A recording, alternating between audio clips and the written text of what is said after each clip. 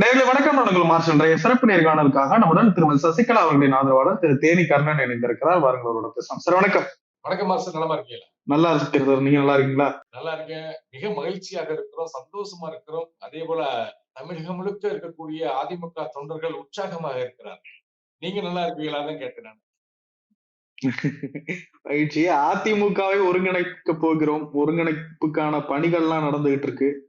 90% பணிகள்லாம் முடிவடைஞ்சிருச்சு. ஒன்று சேர்ந்து திமுகவை வீழ்த்துவோம். இப்படி எல்லாம் சசிகலா அவர்கள் சொல்லிட்டு இருந்தாங்க. திடீரென புது கட்சி ஆரம்பிக்க போவதாக அறிவிக்கிறாங்க. என்ன நடந்தது? ஏன் அந்த ஒருங்கிணைப்பு முயற்சிகள் தொய்வு அல்லது தோல்வி? ஏன் இந்த புது கட்சி? இல்ல, ஒரு விஷயம், சிறை மீண்டு சின்னம்மா, எங்களுடைய கழக பொதுச்செயலாளர் புரட்சித்தாய் சின்னம்மா சிறை மீண்டு வந்ததிலிருந்து முந்தானத்து வரைக்கும், நேற்றுதான் கட்சி ஆரம்பிச்சிருக்காங்க, முந்தானத்து கட்சி ஆரம்பிச்சு, அதுக்கு முன்னாடி ஒரு நாளைக்கு முன்னாடி வரைக்கும் கூட ஒருங்கிணைக்கக்கூடிய இந்த பக்குவத்துல தான் இருக்கிறாங்க. ஏன்னா அவங்க எல்லாத்தையும் வளர்த்து விட்டவங்க. அவங்க இன்னைக்கு முன்னாள் அமைச்சர்கள், முன்னாள் முதலமைச்சர், அதே போல இன்னைக்கு எதிர்கட்சி தலைவராக உட்காரக்கூடிய அந்தஸ்தை கூட அந்த அம்மா உங்களை முதலமைச்சராக போய் இன்னைக்கு எதிர்கட்சியில உட்கார்ந்து இருக்கிறீங்க. அப்படி இருக்கும்போது அனைவருமே வழிகாட்டி யாருன்னா சின்னம்மா. அந்த அந்த தாய் சொல்றாங்க, எப்பா தேசத்துக்கு திமுக மறுபடியும் அதிகாரத்துக்கு வர வேண்டாம், எனக்கு சுயநலம் இல்ல, எனக்கு பொதுநலம் தான் முக்கியம், கட்சியினுடைய தொண்டர்கள் தான் முக்கியம், அம்மாவினுடைய கனவு தான் முக்கியம், வாங்க ஐயா பேசலாம் பேசலாம் பேசலாம் சொல்லி சொல்லி சொல்லி இந்த செவிடைங்காதுல சங்கூதி சங்கூதி சங்கூதி எங்க நெஞ்சே புண்ணா போச்சு. அவன் காது கேட்காத மாதிரி இருக்காங்களே. அப்படி இருக்கும் பொழுது அதிமுகவினுடைய கடக்கோடி தொண்டருடைய மனநிலை என்ன என்பதை சின்னம்மா அறிந்தார்கள். அவருடைய கோரிக்கையை ஏற்றார்கள். இனிமேல் பொறுத்தது போதும். இனி இந்த சுயநலவாதிகளுக்கு ஒரு பாடம் கற்பிக்க வேண்டும், இந்த உலக மகா துறைக்கு பாடம் கற்பிக்க வேண்டும். தொண்டர்கள் ஆதரவோடு கட்சி ஆரம்பித்திருக்கிறார்கள், கொடியை அறிமுகப்படுத்தியிருக்கிறார்கள். கண்டிப்பாக வரக்கூடிய சட்டமன்ற தேர்தலிலே உண்மையான அதிமுக, புரட்சித் தலைவர் எம்ஜிஆர் உருவாக்கின அதிமுக, அண்ணாவின் கொள்கையை பின்பற்றின அதிமுக, அதே போல அம்மாவினுடைய கட்டுப்பாட்டில் இருந்த அந்த வளர்ச்சி இருந்த அந்த அதிமுக 3 பேருடைய ஆசையோடு கண்டிப்பாக வரக்கூடிய சட்டமன்ற தேர்தலில் சின்னம்மா எத்தனை தொகுதிகளை வேட்பாளர் பெற்றால் அத்தனை தொகுதியில் வெற்றி பெறுவார்கள் என்ற நம்பிக்கை எங்களுக்கு இருக்கிறது. ஏன்னா நாங்க தொண்டர்களுடைய கூட்டம், தொண்டர்களால் உருவாக்கின ஒரு இயக்கம் தான் சின்னம்மா டிக்ளரேஷன் பண்ணிட்டாங்க கொடியை. இது எடப்பாடி பழனிசாமி கம்பெனியில மேல்மட்ட நிர்வாகி, அது வேற. ஓட்டு சேகரிக்கிறவன், ஓட்டு போடுறவன் வீதி வீதியா போய் அம்மாவை பற்றியும் ஐயாவை பற்றியும் அண்ணா அவர்களை பற்றியும் பெருமை மக்கள் மத்தியில கொண்டு சேர்க்கிறான். அந்த தொண்டனுடைய முயற்சி தான் இன்னைக்கு வெற்றி அடைஞ்சிருக்கு. கண்டிப்பாக வரக்கூடிய தேர்தலில் அதிமுக நாங்க தான் என்பதை நிரூபிப்போம். திமுகவுக்கு பாடம் கட்டுவோம். இல்ல, ஜெயலலிதா அவர்கள் இயங்கிய, எம்ஜிஆர் அவர்கள் ஆரம்பித்த அதிமுக தான் உண்மையான அதிமுக. அப்படிப்பட்ட இயக்கத்தை எதிர்த்து நின்று தோற்கடிப்பேன் என்று சொல்வது தர்ம சங்கடமா இல்லையா உங்களுக்கு? இல்ல, ஒரு விஷயம் மார்ஷல் நீங்க நல்லா புரிஞ்சுக்கணும். நாங்க என்னமோ இங்க கட்சி கொடியில கருணாநிதியும் ஸ்டாலினையும் அதுக்கடுத்தபடிய உதயநிதி ஸ்டாலினும் வச்சிருக்கோம். எங்க பேரறிஞர் அண்ணாவுடைய உருவம், அதே போல புரட்சித் தலைவர் எம்ஜிஆருடைய உருவம், அதே போல புரட்சி தலைவி அம்மாவுடைய உருவம், கட்சி அதுக்குள்ள அடங்கிருச்சுங்க. அதிமுக எங்க இருக்கு? அந்த கொடிக்குள்ள இருக்கு. அப்படின்ற போது எடப்பாடி பழனிசாமி என்ற ஒரு நயவஞ்சகன் இந்த இயக்கத்தை அழித்துக் கொண்டிருக்கும் பொழுது காப்பாற்ற, தொண்டர்களை காப்பாற்ற, பொதுமக்களை காப்பாற்ற, தமிழகத்தை காப்பாற்ற, இந்த தீசக்தி திமுகவிடம் வந்து தமிழகத்தை காப்பாற்ற அம்மா அவர்கள் ஒரு முயற்சி எடுத்துக்காரு சின்னம்மா. அவங்க அந்த முயற்சி வெற்றி வெற்றி வெற்றி பாதையில் போய் கொண்டிருக்கு. சசிகலா அவர்களுக்கு ஆதரவு இருக்கா இந்த முயற்சிக்கு? அதிமுக தொண்டர்கள் சசிகலா அவர்கள் பின்னாடி வருவாங்க. அப்படி ஏங்க, ஒரு சாதாரண ஒரு நலத்திட்ட பொதுக்கூட்டம் நாங்க மாநாடு நடத்தலைங்க, ஒரு பொதுக்கூட்டம் மேடை, அவ்வளவுதான். அந்த பொதுக்கூட்டத்துக்கு வந்தது லட்சக்கணக்கான தொண்டர்கள், ஆண்களும் பெண்களும் லட்சக்கணக்கான தொண்டர்களுங்க. எவ்வளவு ஒரு ஆரவாரமான வரவேற்பு, ஆதரவு இருக்கா இல்லையா? அதுதான் சொல்ல. இது நாள் வரைக்கும் தேர்தலை அவங்க சந்திக்கல. அம்மாவின் பேரை களங்கப்படுத்தக்கூடாது, இவர்கள் களங்கப்படுத்துறாங்க, நம்ம களங்கப்படுத்தக்கூடாது அப்படின்னு நினைக்கிறது. அப்ப அம்மாவின் பேரை காப்பாற்றக்கூடிய சூழ்நிலை வந்துருச்சு அம்மாவுக்கு. ஏன்னா அவங்க களங்கப்படுத்திக்கிட்டு இருக்கிறாங்க. அதனாலதான் இது நாள் வரைக்கும் அதிமுகவுக்கு இவங்க சொல்லிக்கிட்டு இருக்காங்களே எடப்பாடி கம்பெனிக்கு எதிராக சின்னம்மா செயல்படல. இன்னைக்கு அம்மாவின் பேரு காப்பாற்றணும், அந்த அண்ணாவின் பேரையும் காப்பாற்றணும், புரட்சித் தலைவர் எம்ஜிஆரின் பேரையும் காப்பாற்றணும். அந்த இயக்கம் எனக்கு பிறகு 100 ஆண்டு காலம் இருக்கும்னு அம்மா சொன்னாங்கல்ல புரட்சித், அதை நிறைவேற்றணும். அதுக்காக இயக்கத்தை ஆரம்பிச்சிருக்காங்க. அந்த இயக்கம் வேற யாரும் இல்லைங்க, கலைஞரும் கிடையாது, ஸ்டாலினும் கிடையாது, வேற யாரும் கிடையாது. எங்களுடைய ரத்தத்தின் ரத்தங்கள் அதுல வரிசையில இருப்பாங்க. புரியுதுங்களா? அப்ப எது அதிமுக? அதுதானே அதிமுக. சின்னமா ஆரம்பித்த அந்த கொடியிலே இருக்கு, நாங்க தான் அதிமுக. சும்மா முடிச்சு எடப்பாடி கம்பெனி எதுக்குறீங்க இருக்கு. அவங்க சுயநலவாத கம்பெனி, துரோக கம்பெனி, அடிமை கம்பெனி, திமுக பி டீம், அவ்வளவுதான். சுத்தமான தொண்டர்கள் உருவாக்கப்பட்ட ஒரே ஒரு இயக்கம் சின்னமா ஆரம்பிக்கிற அந்த இயக்கம் தான். சசிகலா அவர்கள் ஒரு வார்த்தை கூட எடப்பாடி பழனிசாமி அவர்களை குறிப்பிட்டு இந்த 9 ஆண்டு காலத்துல பேசவே இல்லை. நியாயமாக எடப்பாடி பழனிசாமி அவர்களை விமர்சிக்கக்கூடிய தகுதி சசிகலா அவர்களுக்கு இருக்கு, எல்லாருக்குமே தெரியும். அப்படிப்பட்டவங்க எடப்பாடி பழனிசாமி அவர்களை விமர்சிக்க பயப்படுறாங்களா? பயமா? அது கட்சி ஒருங்கிணைக்க வேண்டும், அதிமுக நலிவடைந்து விடக்கூடாது, தீய சக்தி திமுக மறுபடியும் அதிகாரத்துக்கு வரக்கூடாது, அனைவரும் ஒருங்கிணைப்போம் ஒரு தாய் எத்தனை ஆண்டுகள் பொறுமையா இருப்பாங்க. அதனால இப்பயும் கூட அந்த மேடையில, அந்த அம்மாவுடைய பிறந்தநாள் விழா மேடையில அந்த ஆள் பேரை குறிப்பிடலைங்க. அந்த ஆள் பேரவை குறிப்பிட எங்களுக்கே அச்சமா இருக்கும்போது அம்மா அவங்களுக்கு எப்படி இருக்கும், பேரை குறிப்பிடாம தான் விஷயங்களை சொன்னாங்க. அந்த மாதிரி அவருக்கு பயந்துகிட்டு இல்லைங்க. அவருக்கு என்ன பயம்? நீ தானே காலில் விழுந்து தவந்து வந்து பதவி வாங்கணும், யாருக்கு பயம் ஏற்படணும்? நாங்க பயப்படுறாளா? அதனால நான் என்ன சொல்ல வரேன்னா, திரு மார்சல் அவர்களே, எடப்பாடி பழனிசாமிக்கு இறுதிக்கட்ட விஷயத்தை எழுதியாச்சு. இந்த தேர்தலோடு அவருடைய கூடாரம் முடியுது. நல்லா இந்த தேர்தலோடு கூடாரம் கலையுது, அவ்வளவுதான். நாங்க தான் அதிமுக என்பதை நிரூபிப்போம். வலுவான ஒரு கூட்டணி சின்னமா அமைக்க போறாங்க. அது வெற்றி கூட்டணியாக இருக்க போகிறது. இத பத்தி நம்ம தொடர்ச்சியாக பேச போறோம் மார்சல் மீடியாவில். இதற்கு முன்னாடி எடப்பாடி பழனிசாமி அவர்கள் மீது நிறைய பேர் நிறைய விமர்சனத்தை முன்வைத்திருக்கிறார்கள். அது அரசியல் ரீதியான விமர்சனமா இருக்கும். சில விஷயங்கள் திருமதி சசிகலா அவர்கள் சொல்றாங்க, அதெல்லாம் தெரிஞ்சதுதான். சிறையில் அவரை கொல்ல பார்த்தார்கள், எல்லையில் அவரை கைது செய்ய பார்த்தார்கள். இது ரெண்டும் ரொம்ப எக்ஸ்ட்ரீமா இல்லையா? இல்ல, ஒரு விஷயம் இதெல்லாம் நடந்ததுதானே மார்சல். இது என்ன அவங்க என்ன பொய்யா சொல்றாங்க? இல்லை, இந்த ஆளை குற்றம் சொல்லிதான் மக்கள் மத்தியில பேர் வாங்கணுமா அவங்களுக்கு? நான் என்ன சொல்றேன், நடந்த விஷயத்தை அப்படி கண்ணீர் மழுக சொல்றாங்க. இது நாள் வரைக்கும் பிள்ளையா தான் நினைச்சிருந்தேன், செய்த தவறுகள்லாம் மன்னித்து இப்ப நான் என் மனசு இருக்க பாரத்தை இறக்கி வைக்கணும் அப்படின்னு சொல்லியிருக்கிறாங்க. ஏங்க, உங்களை அரைநில அமர வைத்துட்டு அம்மாவின் பேரு களங்கம் எல்லாம் ஆட்சியை நடத்துங்கன்னு சொல்லிட்டு போயிட்டாங்க. தினகரன் கிட்ட கட்சி ஒப்படைச்சு கட்சி நிர்வாகம் சரியா இருக்குன்னு போயிட்டாங்க.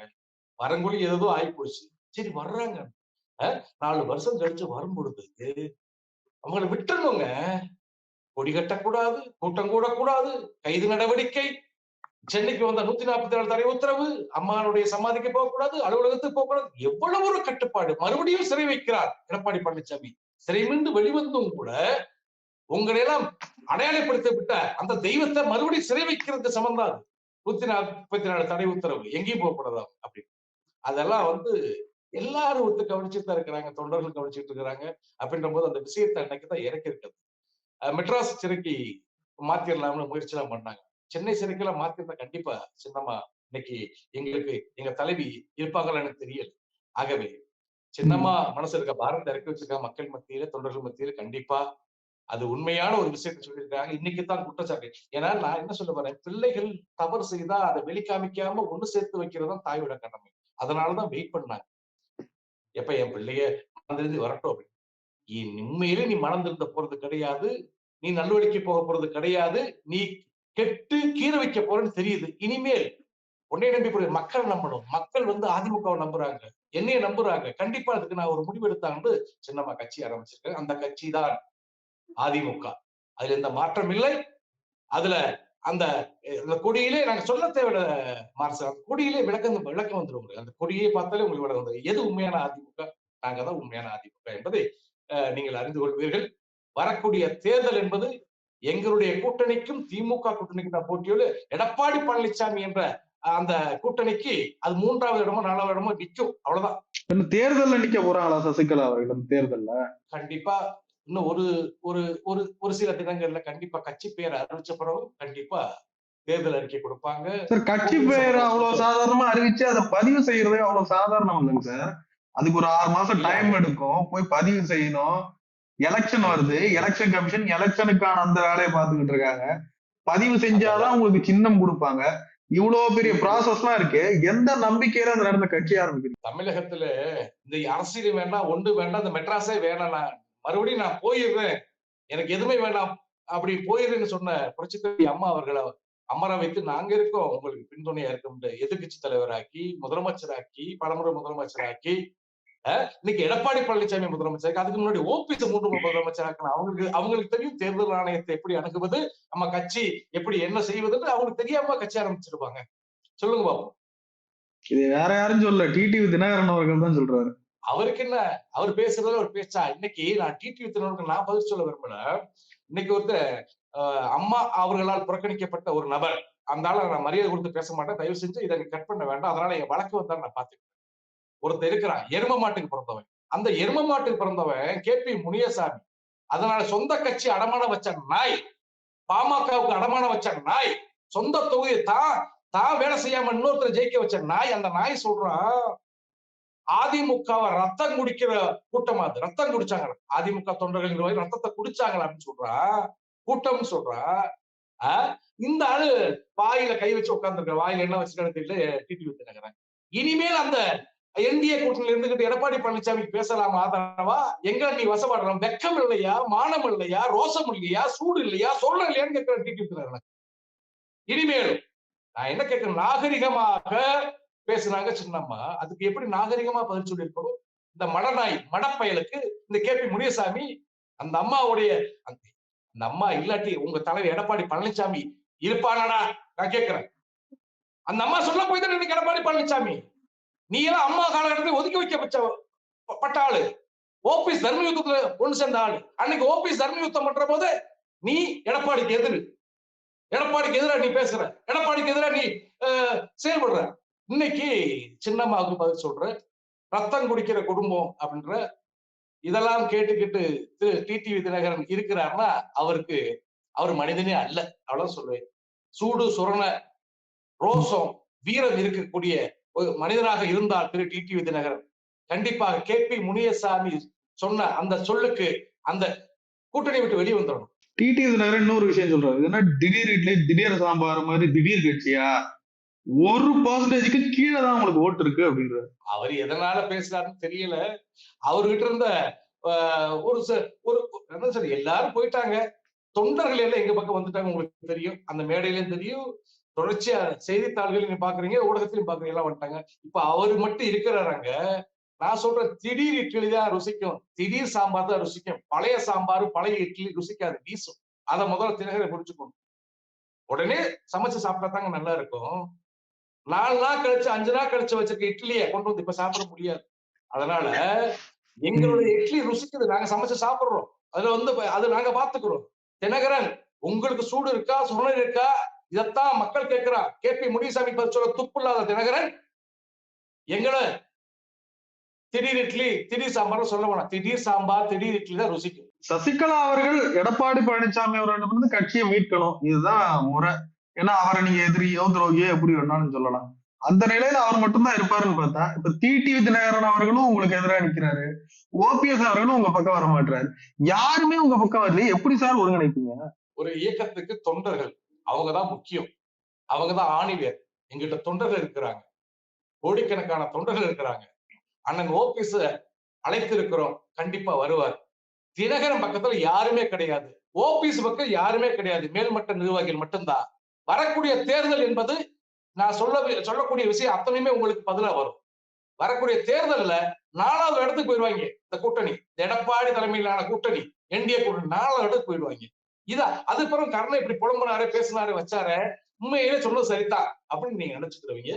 தொண்டர்களுடைய ஆதரவு புரட்சித்தாய் சின்னம்மாவுக்கு இருக்கு. ஆகவே உண்மையான அதிமுக தொண்டை எங்க பக்கம் இருக்கிறார். மேல்மட்டத்தில் இருக்கக்கூடிய பச்சோந்தி முன்னாள் அமைச்சர்கள் அவர் பக்கம் இருக்கிறாங்க.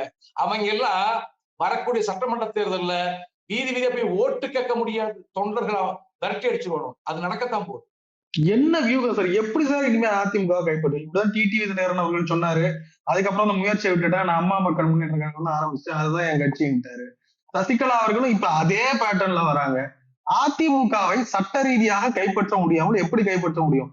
கோர்ட்டும் கை விரிச்சிருச்சு, தேர்தல் ஆணையம் கை விரிச்சு, என்ன வாய்ப்பு இருக்கு?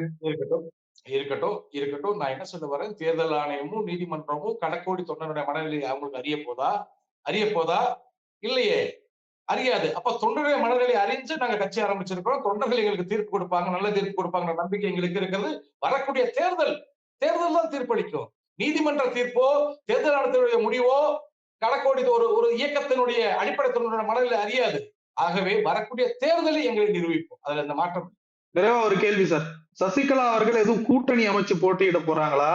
என்ன மாதிரி களத்துல நிக்க போறாங்களா? என்ன திட்டம்?